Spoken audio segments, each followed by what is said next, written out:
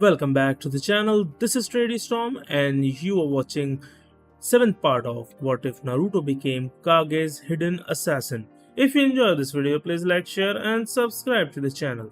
Now wasting no more time, let's start the story. As Naruto was leaving the academy, the team placement announcement was being made. Iruka told each graduate what team they were on, and he couldn't help but smile because his friends were going to be led by Junin senseis he knew and trusted. However, he wasn't sure about Team 7 being led by Hitokiri Kakashi. The man was just too lazy to be a sensei, let alone part of a team with the Uchiha. Team 7 and Hitokiri Kakashi just meant trouble and more work for the Hokage, who already had a lot on his plate. Clones of shadows or not. He couldn't help but think that Hitokiri chose Sasuke because the boy would eventually unlock the Sharingan and the one-eyed Junin was the only one who could teach the boy how to use it because his dying friend had given him one when he was a genin. When Naruto thought about the Sharingan, he couldn't help but laugh when he remembered his shinobi battle with Sasuke. He already knew about the Dujutsu because he had studied the many bloodlines that led to Konoha's rise to power, as well as Kurama's thoughts on the Uchiha bloodline, which was very important. One reason he didn't beat Sasuke up was that he knew about the Sharingan and could use it to help him. He didn't want the boy to say that he was better than him just because he activated his bloodline during their fight. That would not work. Most people thought they knew how to unlock the Sharingan, but it could only be done when the person was under extreme mental and emotional stress, usually in a life or death situation. It just doesn't work on its own. Instead, it depends on how the person with the bloodline thought. This is why the housewives of the Uchiha family didn't have the Sharingan. Their lives weren't in such danger that their bloodline should have been activated. Also, he didn't want Sasuke to use the Dujutsu on him because he wasn't sure if the eye could copy his unique techniques. It was better to play it safe than to get hurt.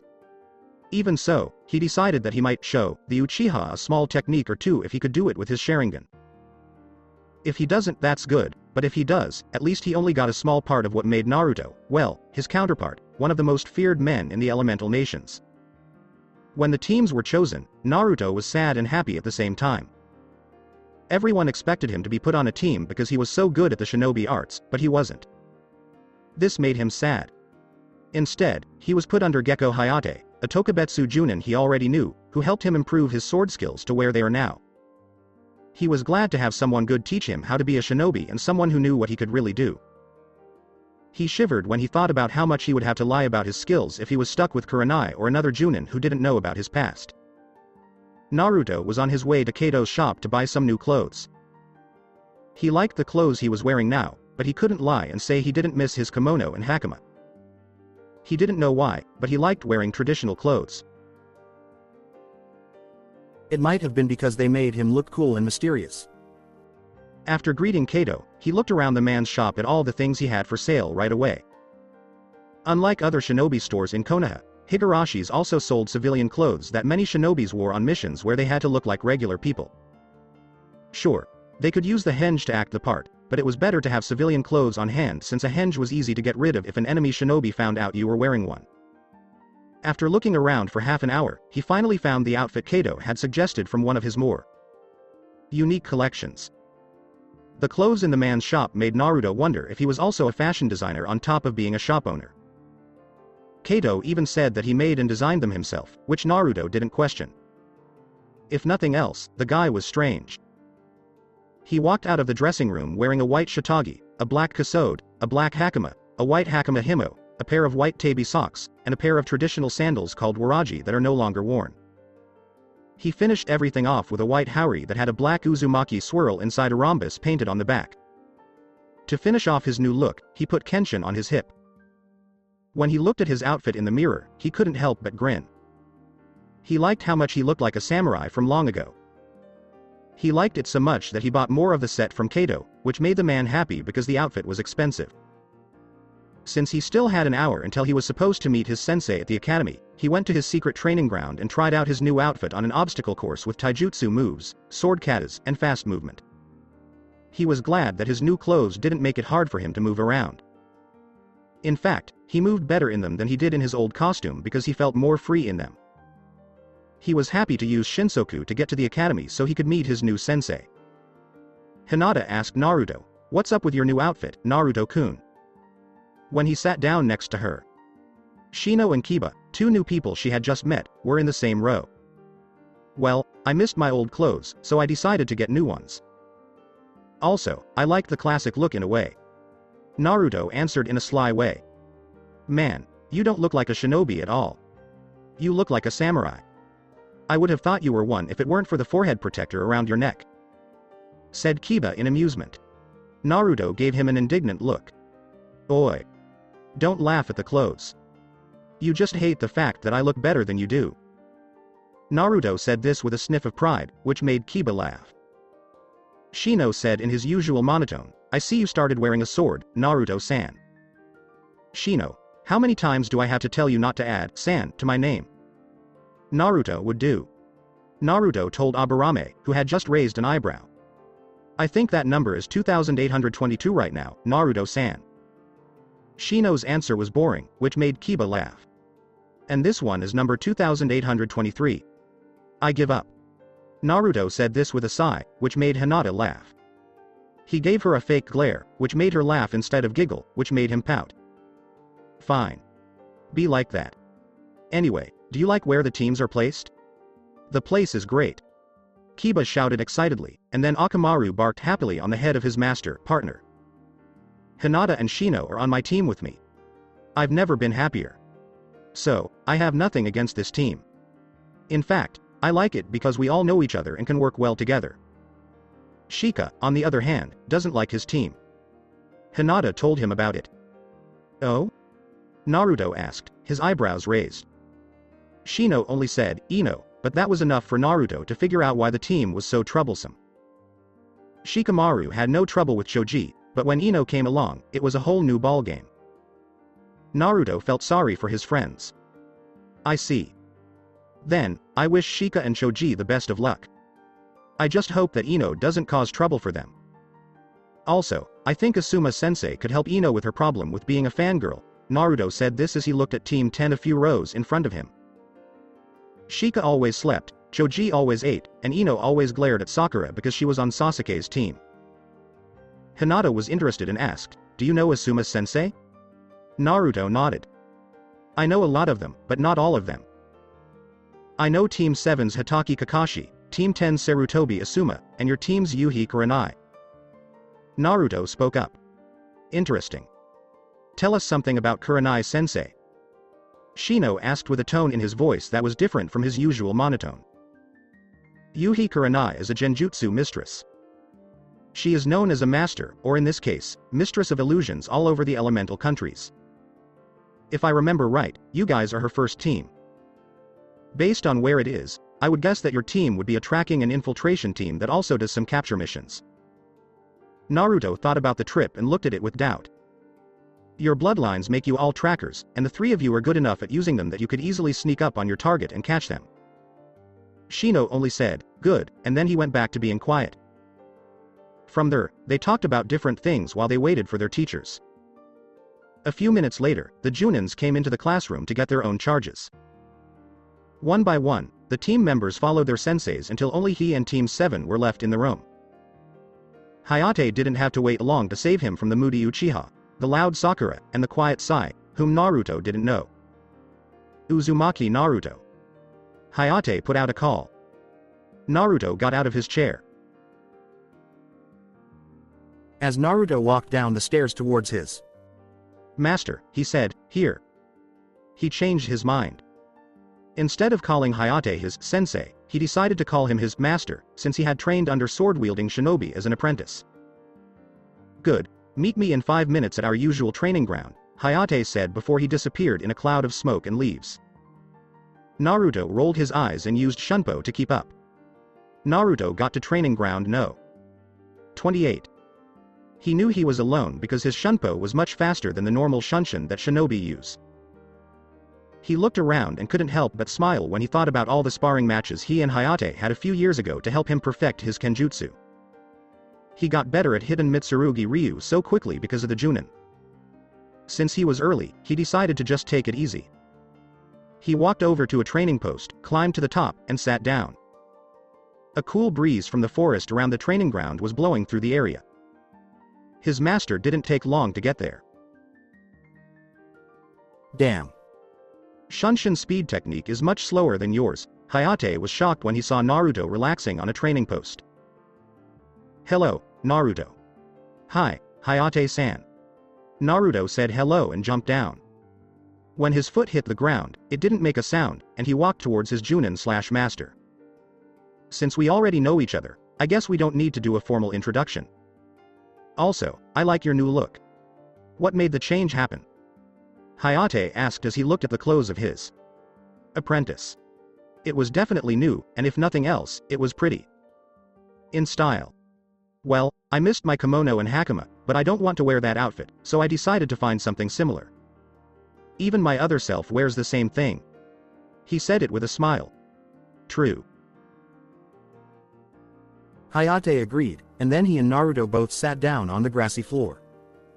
One of my Anbu friends told me that Oni came back after being gone for 2 years. Naruto, do you want to tell me something? Naruto smiled before he spoke. He didn't mind at all that people were asking him questions about his more famous persona. Hayate knew he was an Oni, but he didn't treat him any differently, which he was grateful for. Well, the old man wanted me to catch the thief who stole the Forbidden Scroll. He suggested that I go as Oni because he doesn't want my skills to stand out.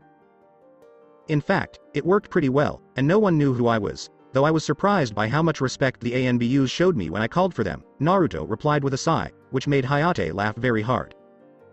Oni has always been the person everyone in the Anbu Corps looks up to the most. Many of the recruits looked up to you because you were the perfect assassin. You stayed in the shadows and protected Konoha without showing any mercy. The current Anbu captain is going to give the Hokage a plan for an Oni mask for the Anbu, which is the truth. Hayate said this with a smile, which made Naruto look at him in shock. An Oni mask? For what? What? Asked the blonde in shock. Hayate shrugged. Dunno. It could be given to the Anbu with the most power in the business, he said, smiling. Yes, I'd like to thank you for curing me of that annoying illness a year ago. No problem. It surprised me a lot that it worked. I know my healing spell can fix wounds, but I didn't know it could also fix a disease you were born with. Any sign that the problem will happen again? Naruto was interested. A year ago, he tried to help Hayate with his long-term lung problem. When it worked, he was very surprised. Hayate was so happy that he took Naruto to Ichiraku that night for a party with all-you-can-eat food. No recurrence. After you healed me, I went to the hospital right away with Ichiraku's to see if the disease was gone. My doctor told me there was no sign of it in my lungs. No matter what you did, it must have worked. Before getting serious, Hayate said with a happy smile on his face. Anyway, let's talk about how your apprenticeship with me will work. Sure. I was also interested in that. Naruto said with a nod. He was finally finding out what was going on. In reality, your apprenticeship with me is just a formality because no matter where you were on the team, you would throw things off. You are much stronger than any other Junin in the village. Since you are an S rank, that is a given. I don't know why you chose to be a genin. Hayate added the last part by sighing loudly. So I won't teach you how to fight or what a Konoha genin should know. Instead, I'll focus on helping you master the shinobi arts. I would also like to hone your sword skills. Even though you're good with a sword, I want to make sure that your skills haven't gotten rusty since you haven't used it in a while. Agreed. I mostly taught myself all of my shinobi skills, except for a few that I learned from the Junin teachers who taught me the basics a few years ago. Naruto said that he agreed with everything Hayate said. When it comes to Kenjutsu, I haven't stopped training. Even after I stopped being an Oni, I kept doing the katas and kept getting better at my style. If nothing else, my shinobi skills got worse while my swordsmanship skills stayed at their best. Perfect. Hayate shouted and smiled at the expert swordsman in front of him. He was eager for a fight. Can you tell me how good you are at the arts of the shinobi? Let's see, my physical skills are at their best because I work out every day, even without Kenjutsu. Controlling your chakras is good, but not perfect. I'm good at both tree walking and water walking, but sometimes I mix them up to improve my control. I wish there were better exercises for chakra control, though. With a sad look on his face, Naruto added the last part. Don't be afraid. Hayate smiled and gave him his word. I will show you an exercise for controlling your chakras at the level of a Junin later. Continue please. Thanks. That would be very helpful. Naruto said with a smile. He was a little excited to learn a better way to control his large amount of chakra. I know a few ninjutsu, but since wind is my main affinity, most of them are wind-based. I know Kage Bunshin, Shunshin, the basics of the academy, and a few other things I picked up along the way, most of which are just extras. I also have the job of calling foxes to me. Is Fox calling? Hayate was surprised and asked. Don't tell me where. Yeah, Kyuubi gave it to me. To answer your question, yes, the old man is aware of it and has no problem with it. Naruto gave the man his word. He didn't use Kurama's real name because he knew the fox wouldn't want his real name to be used without his permission. Good. Hayate breathed a sigh of relief and said. Everyone in Konoha hated anything that had to do with the Biju, but he never hated Naruto for being the one who held it. Anyway, I'm good with the Goken as my main style of taijutsu, but I'm still experimenting with it to make my attacks more flexible and quick. Goken is easy to understand, so with Guy's permission, I'm making a new version of it. Because I have a lot of chakra, I'm not very good at Genjutsu, and Fuinjutsu is where I'm at. Naruto went through all the skills he could use and said, I can. From the look on Hayate's face, it looks like this made him happy. Naruto, you know a lot about how to be a shinobi. I'm glad I won't have to teach you the basics over and over again. Instead, you can use what you already know to get better at them. I won't teach you too many jutsus because I don't know that many myself. I mostly use my sword skills. But I can easily give you some techniques from the Konoha Library's restricted section, which you can't get to until you become a Junin. However, I only want to give you one scroll a month, just to be safe. Hayate said this with a smile. Not a big deal. We appreciate any help. Naruto said, grinning like a fool until his smile turned into an excited giggle that made Hayate look at him funny. Naruto saw for sure what his friend was wearing on his face. Hayate-san, I'm just excited to learn new moves. Even though I've been a warrior for a long time, I'm still only 14. So please don't mind that I'm excited and giddy about learning new jutsus. Hayate nodded in understanding. Fine. Just don't giggle. It's strange to hear that from you.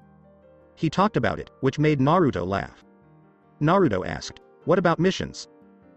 He wanted to know what kind of missions he would be going on, since he had mostly done it to S-rank missions as the Kage's hand, though he had done a few C and B rank missions to keep himself from getting bored. Well, based on how good you are, I'd give you a C rank or B rank mission, and I'm sure you'll have no trouble with a rank or S rank missions. But if you want to work your way up to the top, we should start with D ranks. Hayate said this to him with a smile. Naruto gave up and sat down. Great. The blonde said in a sad voice. Then I'll have to do chores all the time. Well, if you want to do a mission with a higher rank, you have to do 15 D rank missions before you can do a C rank mission. 15 Cs for AB, and so on. Since you're still a genin, I'm going to say you'll be stuck with D and C ranks for a while. Hayate was clearly amused by how the blonde reacted to being given chores, as he called them, and he was right. They were definitely chores, given what they could do.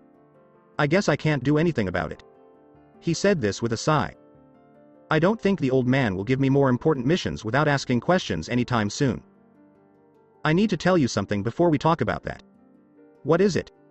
Hayate asked out of interest. When I stopped being Oni, I swore that if I could help it, I would never take a life again. I didn't promise to stop killing, but I try not to kill as much as I can. So, if it's possible, can we just stick to missions where I don't have to kill someone? Even though Naruto whispered the last part, he said something. But Hayate heard it loud and clear, which made him frown. You do know that killing is part of a shinobi's way of life, right? He asked. I know, of course. I didn't say that in so many words. If I had to, I would kill. But if I can help it, I'd rather beat my opponents without killing them. Naruto stuck up for himself. Fine. I agree with what you're saying. Hayate said with a smile, and then his face turned into an excited grin. Since we have nothing better to do, why don't we just spar for the rest of the afternoon? Naruto didn't answer, but Hayate could see the blonde's eyes light up with excitement as he took the sword from its sheath on his back. Naruto had been a genin for 3 months, and he liked learning from Gecko Hayate the most. We spent most of the first month training and going on D-rank missions. Most of the time, Naruto chose to take things slowly. He only did 2 or 3 missions a week, which could be anything from getting groceries to catching Tora, the demon cat. Naruto had no idea why so many shinobi didn't like the cat. The cat was actually glad to be caught by him. After a retrieval mission, he often went to the Hokage's office with the cat sleeping on his head and purring the whole time. As the cat slept on his head, he saw that many of the shinobi were giving it strange looks. It was, at the very least, a funny sight. After he met Madame Shijimi, he finally understood why Tora always runs away after her owner hugs her so hard she almost dies. He felt terrible for the cat and promised to help it because the first time he told Madame Shijimi how to treat Tora, she didn't listen. She told him she couldn't help herself because the cat was too cute not to put in her big bosom. Madame Shijimi didn't really understand that she was almost killing the poor cat. As Tora's owner hugged her, Naruto could almost see her eyes pleading for help as they looked at him. The blonde made sure to catch the cat every time the mission came up so she could pet and feed Tora and give her a sense of normalcy. Because of this, he was the first person to catch Tora, and no one could beat his time of 1 hour and 30 minutes. 5 minutes into the search, he would find Tora and spend the rest of the time taking care of the cat, which made Tora very happy. It was fun and interesting to train with Hayate. Hayate didn't have many offensive jutsus, but he knew a lot about making them, so he taught Naruto how to properly shape chakra and why hand seals are needed to do ninjutsu. On the first month, the sword-wielding shinobi didn't teach him any new techniques.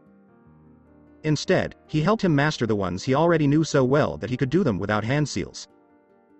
It was slow work, but Naruto liked it because he was learning a new skill from an older shinobi. Also, as part of his training, he did a new chakra control exercise that was made for junins with a lot of chakra. The name of it was senbon balancing. The trick was to send chakra to the tip of your finger and do a handstand, or in this case a fingerstand, from the tip of a senbon. Tree walking and water walking require you to send chakra to your feet.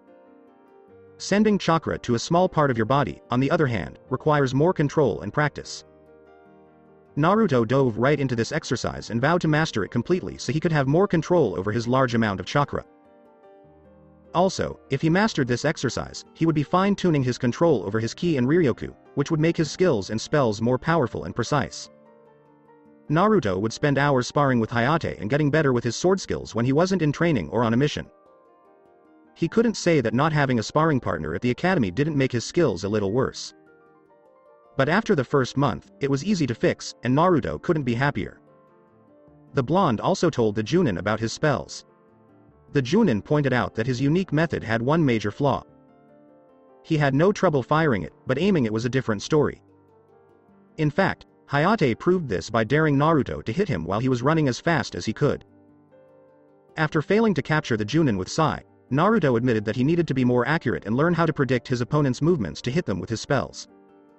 Hayate didn't mind at all that the blonde used him as a practice target. He was close but couldn't catch the man. Naruto added 2 more spells to his collection during his second month as a genin. The first spell was called Danku. It was a barrier made with Riryoku that he made by accident. He was fighting Hayate with only ninjutsu when the man shot an overpowered fireball at him. Since he was trapped by one of the man's captured jutsus and couldn't see a way out, he raised his hand in front of him and flared his Riryoku. This made a barrier-like structure appear in front of him that completely blocked the flaming projectile. After a few weeks of trying to make it again and again, he finally got it right. Danku was a way to defend himself by making a solid structure in front of him out of solidified Riryoku. He had to almost let the Riryoku flow out of his hand, and it took a lot of concentration to make. Hayate helped him learn this technique by firing projectiles at him over and over again until it became second nature for him to use it. When Naruto mastered Danku, he wanted to find a way to change the one-sided barrier into a defensive screen that surrounded him in all directions. He didn't know how to do this yet, so he put it on the back burner to figure out later. He had a sneaking feeling that he would have to get better at controlling himself if he wanted to cast this spell. Sukatsui was another spell he made.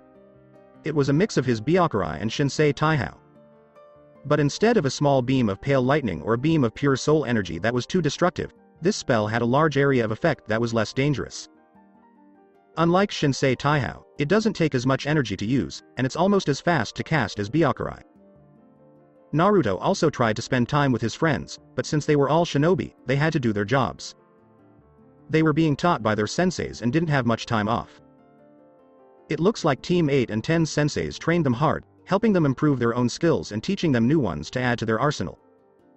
Most of the time, Naruto met them once a week at Ichiraku's. There, they got to know each other better and talked about missions and training, which wasn't much since they also had to do D-rank missions. Naruto had been a genin in Konoha for 4 months when the Hokage called him to his office for a C-rank mission. Even though he had already done more than 40 D-rank missions, he didn't take a C rank because he was too busy training in the shinobi arts to do so. Since his master, sensei, was on a longer rank mission, he was mostly left to his own devices. He didn't mind, though, because he was fine working on his own and Hayate couldn't teach him much, given who he was. He also knew that he was a reserve genin, who was ready to join a full team if they needed an extra hand. He decided to do it, but there were some good things about it. If a mission like this came up, he could work with his friends. He took a quick detour to his apartment in the entertainment district. Since he was sweaty from training, he took a quick shower. After 15 minutes, he went into the Hokage's tower and went to his surrogate grandfather's office. He knocked on the door and then went in. He saw that the old man wasn't alone. There were actually a lot of people there. Team 8 and their teacher, Yuhi Kurenai, were the first thing he saw. The Hokage was, as always, sitting at his table and smoking his pipe. A well-dressed man was the last person in the room. He was dressed in a robe that was usually worn by judges or governors. No matter what the goal was, this was going to be a big and hard job. "Hokage-sama, you called for me?" Naruto asked, deciding to be polite since there was a client in the room. Sarutobi raised an eyebrow at this, but then he realized that his surrogate grandson had stopped using his usual way of addressing him because of the client. "Yes, Naruto-kun. I want you to join Team 8 on a C-rank mission that Yuhi Kurenai is in charge of. Hayate is on a longer rank mission right now, and you're stuck in the village doing nothing but D ranks. I hope this isn't a problem." Naruto grinned. "Finally. I hope Team 8 and Kurenai-sensei don't mind if I join them." "No, Naruto, you're very welcome," Kurenai said with a smile. From the blonde's team, he only heard good things about her. He was even the reason they were so strong to begin with. Having him go on a mission with them was going to be, at the very least, interesting. Hell yeah. Naruto is on his way. Kiba was happy. Akamaru didn't say anything, but the way he waggled his tail showed that he was happy with how things were going. "Naruto-san, I'm glad to work with you." Shino's voice was as dull as usual. Naruto groaned. "When you drop the san from my name, the world will end," the blonde told Hinata before giving her a smile. "What's up, Hinata-chan?" "Hello, Naruto-kun." Hinata smiled and replied to the greeting. "I'm glad we'll be going on a mission together." "Me too, Hinata-chan." "Me too." He said this with a smile and then looked at the Hokage. "Well, what's the goal?" "This mission is a C rank, but it could be moved up to a B rank. Your client, Hideki Musashi, asked for a team to take him and his goods to Tea Country because a group of thieves called the Crimson Rose told him they would kill him. Your job is to keep Hideki Musashi safe all the way to and from Tea Country. As a side mission, you need to find out if Crimson Rose exists and take them down. If you do this, you will move up to B rank." Before giving the scroll to Kurenai, the Hokage gave an explanation. Kurenai took the scroll with a bow. "Yes, we will do this, Hokage-sama," Kurenai said, then turned to the man who had been quiet the whole time they were talking. "Hideki Musashi, I presume?" "Yes," the man replied with a smile. "Shinobi-san, thank you for taking on this mission. I put my trust in you to keep me safe. The Hokage gave me the kids behind you, so I know they can do what they need to do. Thank you, Hideki-san, for being so trusting." Kurenai said with a smile that he was glad they got a client who valued their skills and professionalism. She looked at her group. "Okay, everyone, let's meet at the East Gate in an hour. We will be staying with Hideki-san while he does business in Tea Country, so we need to pack for a month-long mission. Any questions? None? Good. Dismissed."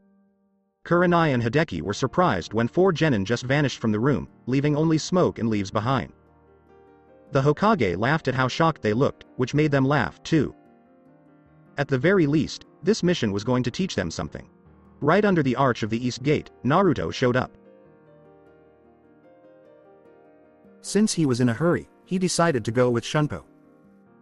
Since Konoha's body flicker technique is known for making smoke and leaves appear out of thin air, Shunpo appeared out of thin air. So it was, and when he showed up out of nowhere, Team 8, Kurenai, and Hideki were very surprised.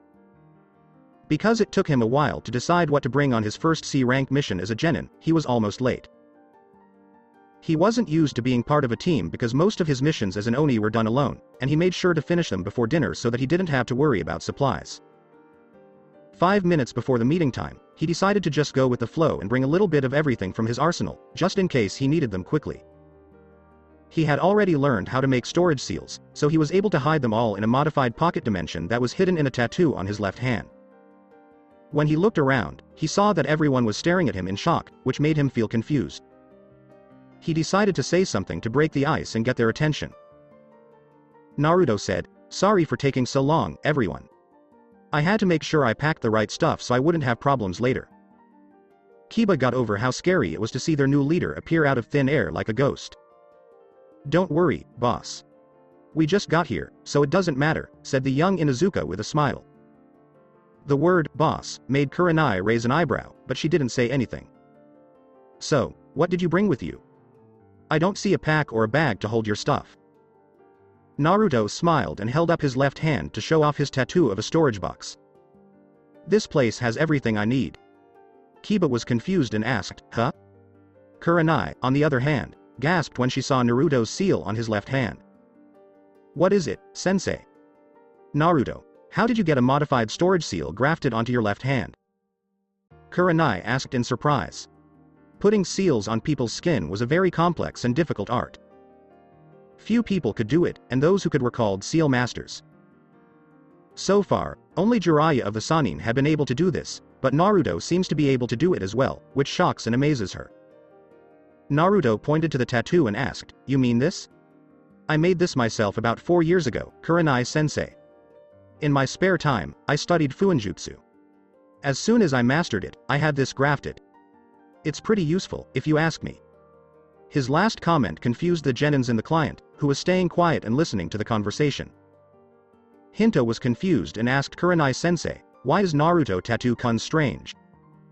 "You see, Hinata, the tattoo on Naruto's left hand is an advanced storage seal.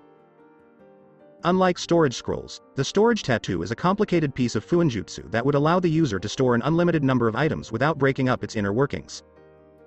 Also, Naruto can easily bring out any item he sealed inside it with just a thought and a bit of chakra."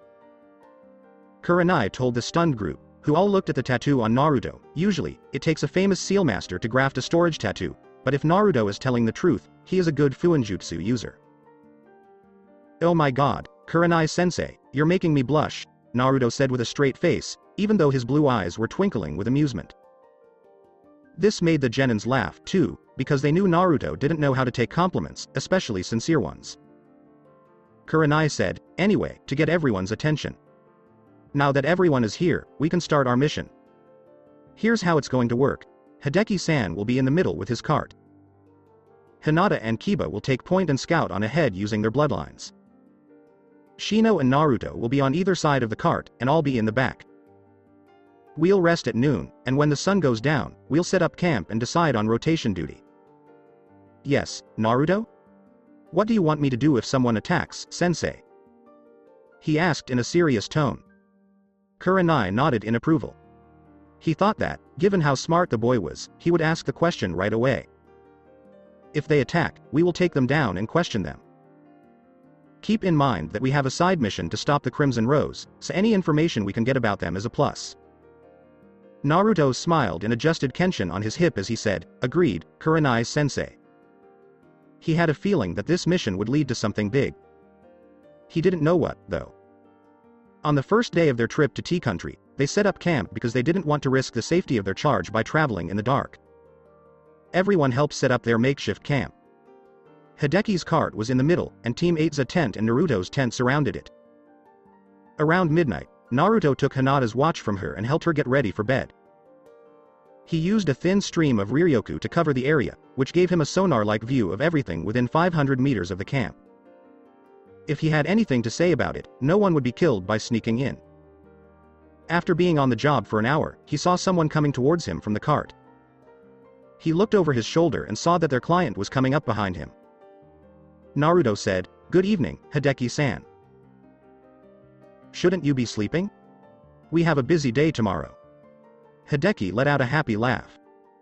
"Don't worry about me, Uzumaki Dono.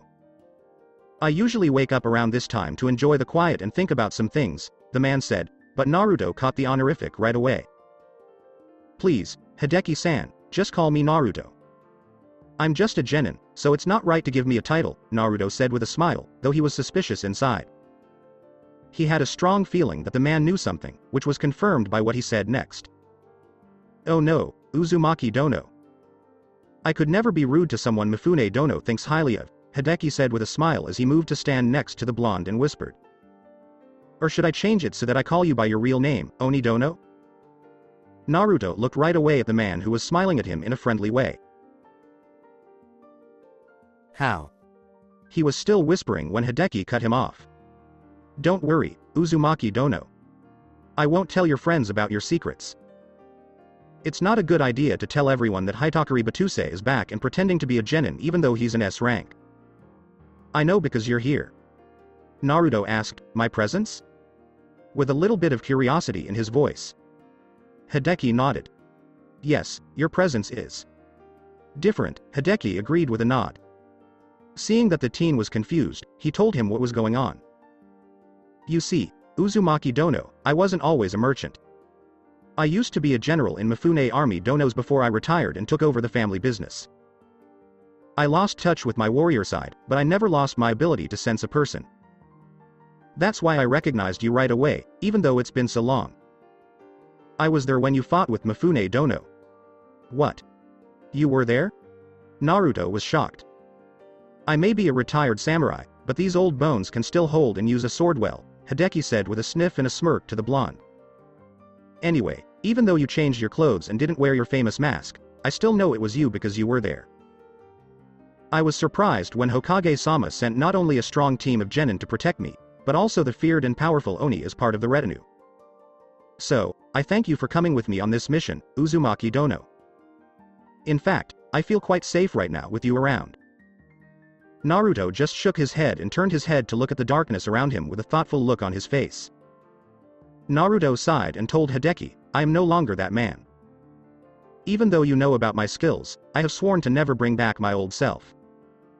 Right now, I am just Uzumaki Naruto, a genin of Konohagakure no Sado." Hideki laughed, which made Naruto look at him in surprise. Hideki made a joke about how young people don't know much before giving Naruto a serious look. "I don't think you understand life that well, Uzumaki Dono. Think about what I said earlier. Even though I'm a well-known businessman, I still have my old skills. They won't go away, but they'll get better with age and experience. It's the same with you. No matter how hard you try to hide your other self and keep him from coming out, you can't deny that you are the same person." Naruto nodded to show that he understood. He hadn't thought of it that way before because he wanted to forget about the past so badly. He couldn't say that the old samurai who was now a businessman was wrong. Even if he tried hard, he would always be Oni. "You're right, Hideki-san, but I'll keep the promise I made to myself," Naruto said with determination in his voice. "I may still have the skills from my past and use them, but I won't take a life if I can help it." Hideki nodded. Hideki thought for a moment, then said, "Ah, that's a good goal, Uzumaki Dono. A good goal indeed, since life is precious and must always be cared for and protected. But think about this, Uzumaki Dono. What would you do if the only way to save someone is to kill? What would you do if you had no other choice but to take a life? To not kill is a good goal, but keep in mind, Uzumaki Dono, that life is a cycle and death will always be a part of human experience." Naruto was quiet as he thought about what the man had said. Hideki, on the other hand, didn't stop there. "What you need, Uzumaki Dono, is to find a balance within you. Unlike when you were an Oni, living your life in constant bloodshed, you are still a man. It is important to find a balance. If it is time to kill, flip your Sakabatu. flip it back to spare someone to let them live another day. Keep in mind, like the blade, your choice will determine if you were right or not. Naruto thought about the words for a while before he smiled. Naruto said with a determined look in his eyes, a stronger blade to protect, huh? He looked at Hideki, who was grinning. Thank you, Hideki Dono, for your advice. It reminded me of a promise I made to myself when I first picked up the sword. Oh, and what is that? Hideki asked. Naruto answered, to protect those who are important to me. He then walked into the darkness and disappeared as the shadows of the trees swallowed him up. Hideki smiled as he looked at the place where Naruto had gone. It looks like Oni has finally made peace with himself, so those who want to hurt him should be aware that he is now a strong man. They might not make it through the ordeal. Team 8 was all very confused, including Kurenai. When they broke camp the next morning, they saw that their temporary teammate was different. That, and Hideki kept giving Naruto a sneaky look as if he knew something they didn't. Naruto's aura was different this morning, and the Genjutsu mistress of Konoha could tell. Before, there was a feeling of dread, a weight that made it seem like the boy was carrying something heavy inside. At first, she thought it was because the boy was carrying a Kyuubi in his stomach, but she decided against that. No, something was different about the boy, and she couldn't deny that it was a good thing. They were able to get back on the road without any problems because Team 8 and Naruto worked together like a well-oiled machine, dividing up the work without saying a word. They were able to pack everything up and get rid of all signs of their presence in record time. In fact, the way they moved showed that they had done this before, which made Kurenai think of what she and her friends had said to the Hokage. Uzumaki Naruto trained the clan heirs so that they were stronger than most of their academy classmates. She couldn't say that the boys' training wasn't good because her team was so good. Their individual skills, physical and chakra endurance, techniques, and teamwork were all so well tuned that she didn't have to do anything but make sure they would be able to handle whatever missions they would face in their careers as shinobi. She stopped thinking when she heard her only female student yell, "Alarm!" Hinata almost screamed, "Ambush!" to her teammates as she focused her Byakugan on the approaching threat. "How many, Hinata?" Naruto asked as soon as he moved next to Hideki, who was very calm despite the threat coming. 40. No, make that 55. Some of them are lagging behind. They have us surrounded, Hinata said, putting herself in front of the cart with Kiba and Akamaru behind her. Sensei? Kurenai jumped on the cart and started making hand seals. He planned to hide the client by putting the cart and the client under a genjutsu. She stopped, though, when she felt Naruto pop up in front of her with his face and one hand pointed up. Everyone, get ready, Naruto said in a calm voice. Danku. A yellow square shield appeared a few feet away from his hands, protecting everyone from attacks coming from above.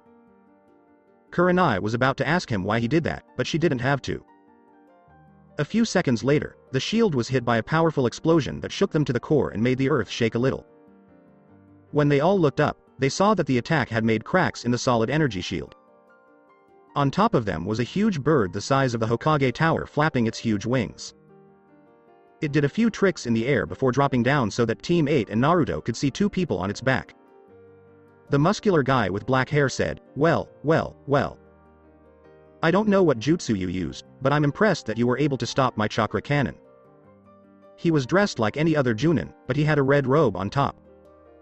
Over his shoulder was a big, round thing that looked like a cannon based on the smoke coming out of its end. The other one, a woman in a red kunoichi outfit, said, I think they're just lucky. Brother dear, why don't you give them another taste? Before pointing the weapon at the Konoha team, the man said, I agree, sister mine. Fire. A big red energy ball flew out of the unknown weapon's tip and towards Naruto and his team. Kurenai grabbed Hideki and then jumped out of the way, along with the other genins on Team 8. Naruto, on the other hand, didn't move as he calmly looked at the coming projectile. Hinata yelled out, Naruto, because she was worried about her friend. But what happened next surprised her and everyone else. When Naruto saw the projectile coming at him, he decided to use fire to stop it. He took a Batujutsu stance and then sent a lot of ki and Riryoku into Kenshin. Both the sword and its sheath turned blue. Hidden Mitsurugi Ryu Uzumaki Ken Ugi, Shinryusen. Dragon God Flash. Naruto pulled Kenshin out of its sheath as fast as the eye could see and let go of the energy on the blade. The swing sent out a wave of pure soul energy in the shape of an arc. This wave cut the energy bullet in half, causing it to split in two and explode away from him. But the attack didn't stop there. It kept going and cut the huge bird in the same way it had cut the bullet. The two enemy shinobi saw the attack coming and jumped out of the way, leaving the bird to its own devices. The kunoichi screamed, "What the hell was that, Genji?" He was shocked by the power the teen used to stop his brother's powerful attack and destroy her summon. It was hard to believe. "I don't know, Kaoru, but whatever it was, we shouldn't get hit by it or we'll be dead," Genji said with a grunt as he took a flare out of his back pocket and pointed it up. He pulled the trigger, which sent a red ball of light up through the trees. When the red flare reached its highest point, a loud battle cry could be heard. "If they don't want to go down the easy way, we'll just make them go down." In groups. When Naruto heard shouts coming from the woods, he jumped off the cart's roof and landed softly near Team 8 and Hideki. "Oh my, it looks like we have our hands full," Naruto said as he looked at the horde of mercenaries coming towards them. If he wasn't mistaken, he thought they were all dressed the same. Their speed wasn't up to par either, which meant they hadn't been trained in chakra or as shinobi. "Can you tell if they have chakra, Hinata?" Hinata shook her head. Her Byakugan had been on since she yelled out for help. "None, they're just regular people. Mercenaries or bandits, if I had to guess," she said, getting ready for the battle ahead. When Kurenai said, "Okay, team," the genins looked at her with their game faces on, which surprised and pleased her. "Protect the client at all costs. Keep a perimeter and attack in pairs. Hinata and Kiba, you take one end, Naruto and Shino, you take the other. I'll take care of the blind spots." Naruto, on the other hand, had other plans. Naruto made a cross-shaped seal in front of him and said, "Let me add to the number, Kurenai-sensei. With the bigwigs around, we'll have to pay attention to them as well. Right now, we need a lot of people, and I can give you that in spades." Kage Bunshin no Jutsu. 20 Naruto appeared in puffs of smoke and took their places for the battle that was coming. Naruto had already come up with a plan before he made the clones, so they already knew what to do. When the genins went up against their opponents, 5 Naruto clones helped each team, and the rest formed a defensive circle around Hideki, who watched them all with a smile. When Kurenai saw that everything was fine, she nodded and ran towards the red kunoichi. Naruto followed her with a smile on his face. Kurenai saw that the teen was following her, but she chose not to tell him to stop. He could definitely take care of himself with the skills he showed, but she would keep an eye on him just in case. She also had to deal with 2 enemies who were trained shinobi, so she had a lot on her plate. It looked like it would be a long day. The eyes of Naruto were everywhere. He made sure that his team would survive this battle, even if they were hurt. Yes. Dead? Not on his watch, for sure. Because he trained them well, his friends were doing great against the hordes of mercenaries and bandits who were trying to kill them. Hinata and Kiba worked together very well. Because they had fought so much in Konoha, the two had developed a sixth sense of sorts about how the other person would move. Both of them attacked with their own unique styles while protecting each other and covering each other's blind spots. He smiled when Kiba and Akamaru came out from behind Hinata while she did the Kaiten and threw away a dozen or so bandits who were trying to use their numbers to get the upper hand. Yes, they did have a good handle on things. He and Shino were also doing well against their own bandits, but they didn't hurt them as much as the others did. Naruto used Shinsoku to disappear and show up behind the enemy guard. He then hit them in the back of the head with a well-placed chop, putting them to sleep. He was sure they were going to wake up with a headache. Shino, on the other hand, was using his bugs to either stun or drain his opponents until they fell asleep. Shino's reserves were bigger than average because of his training. This helped his hive grow to epic sizes, which made the Aburame clan head crow with happiness, inwardly, of course. Shino was using the hundreds or even thousands of bugs he had in his arsenal to kill his many opponents, and they were dropping like flies, no pun intended. When Naruto thought about his clones, he put another thief to sleep.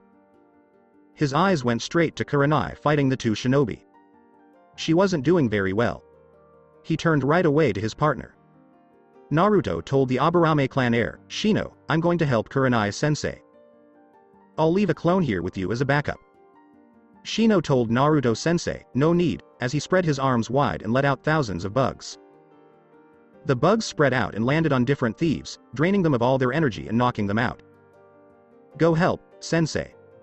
Naruto nodded and made a clone, just in case, before using Shunpo to appear in front of Kurenai, who was about to get hit by the big cannon Genji was using as a club. He didn't have time to draw Kenshin, and there wasn't much room to move around, so he raised his hand in front of him and focused. Seiki. Before it exploded, the ball of ki and Riryoku hit the cannon barrel. This easily cancelled out the force of the attack and pushed it away. This caused the man to be pushed back a few feet, but he didn't move at all. Genji yelled at the teenager, "Who the hell are you?" Because she had stopped his chakra bullet twice and used a strange jutsu to stop his attack. He caused trouble.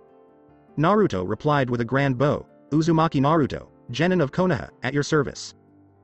He then turned to face Kurenai. "Sensei, I'll take care of him while you focus on the other."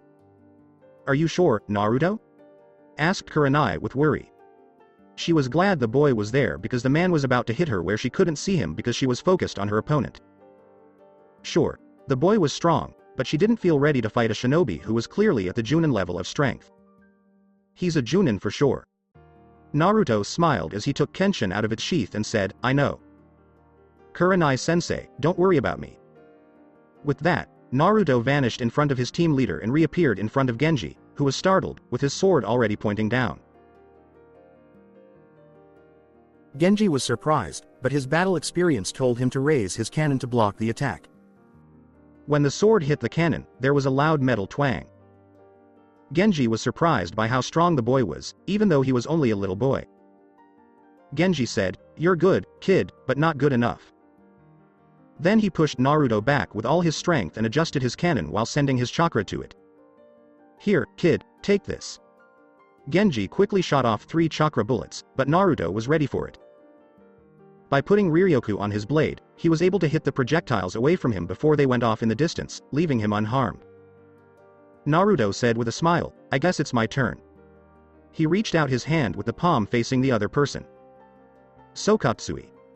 Genji fired another bullet from his cannon as a red ball of energy shot out of his hands and towards Genji. When the 2 energy bullets hit each other, they caused a powerful explosion. Kurenai and her opponent were thrown off balance by the shockwave, but Genji and Naruto didn't move because they sent chakra to their feet. Naruto smiled and said, "Nice," but he was surprised that his Sokatsui was the same as his enemy's chakra bullet. He didn't put too much power into that attack for it to do a lot of damage, but it was still enough to knock someone out. He decided to fight the old-fashioned way because his opponent was good at something that projectiles wouldn't help him with. He rushed forward at full speed, which made him disappear in his opponent's eyes. When he came back, he hit his opponent in the stomach with a ki-enhanced punch. Genji was thrown a few feet off the ground by the attack.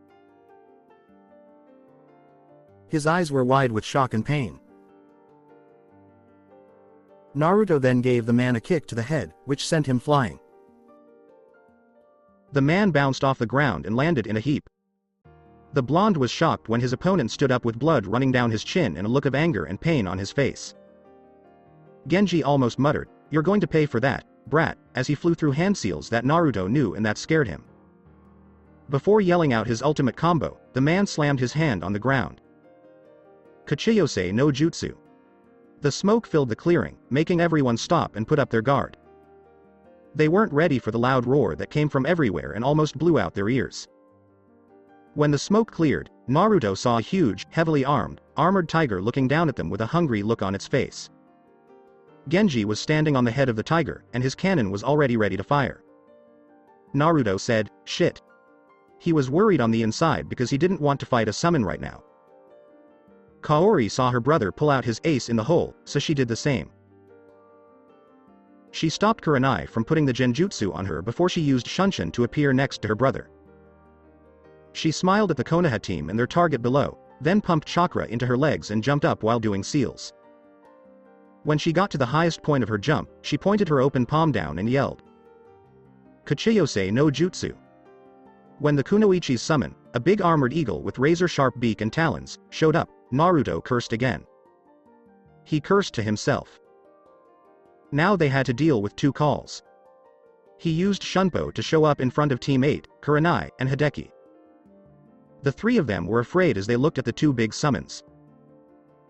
When Kiba saw Naruto, he decided to break the ice, hoping against hope that the mysterious blonde had something up his sleeve to deal with the two huge summons, or else they were doomed. Kiba pleaded with Akamaru, who was whimpering behind him, "I hope you have something in your arsenal, boss, or else we'll be either tiger or bird food." Naruto could see that Team 8 was scared of how strong their opponents were, and that the new person on the battlefield was too much for them to handle. Hideki, however, was grinning at him like a loon. "That old fool." Naruto whispered, "Yes, I do." Everyone heard him, and they all let out a sigh of relief. "If I do bring out my summon, though, you have to promise that you'll let me explain after this is all over." Shino said in a monotone voice, "I don't care what summon you have, Naruto-san, but could you please bring it out now?" His voice had a hint of hysteria that let everyone know he was almost at his limit. Naruto looked over at Kurenai, who nodded at him. He let out a sigh and looked at different hand seals as he linked with Kurama. "Are you all set up?" Kurama yelled with joy, "Oh, I'm all set. This is going to be fun." He was going to have a great time fighting two bosses. After all, it's been a long time since he killed Danzo's strange summon creature. Naruto asked, "Two?" as he got ready to use his tenant's chakra. "Well, make that 4, Kit. I need to make sure my size is right for the fight." 4? You do know that if I give you 4 chakra tails, you'll be bigger or about the same size as them, right? Everyone within a mile of you will be able to see you, Naruto told his friend and partner. "Well, I have enough chakra for 4 tails, so I can easily take them down before anyone notices," Kurama said with a smile. "Right? Who wouldn't notice a huge red fox with 9 tails? You're crazy, you know that, right? Pot, kettle, and black. You might want to hurry up, Kit, because those 2 summons are moving." Naruto looked up and saw that the 2 big creatures were getting ready to attack. Since he had no choice, he put 4 tails worth of chakra into himself and the technique. Kurama's chakra wrapped around him like a cocoon, making his team and Hideki move away. Naruto said under his breath, "I hope you guys will listen to me after I bring him out," but everyone could hear him perfectly well. He left the area where Team 8 was and showed up 100 meters in front of them before yelling, "Kachiyose no Jutsu, Kyuubi." So that's it for today. I hope you guys enjoyed it. Don't forget to like, share and subscribe to the channel for more awesome stories like this.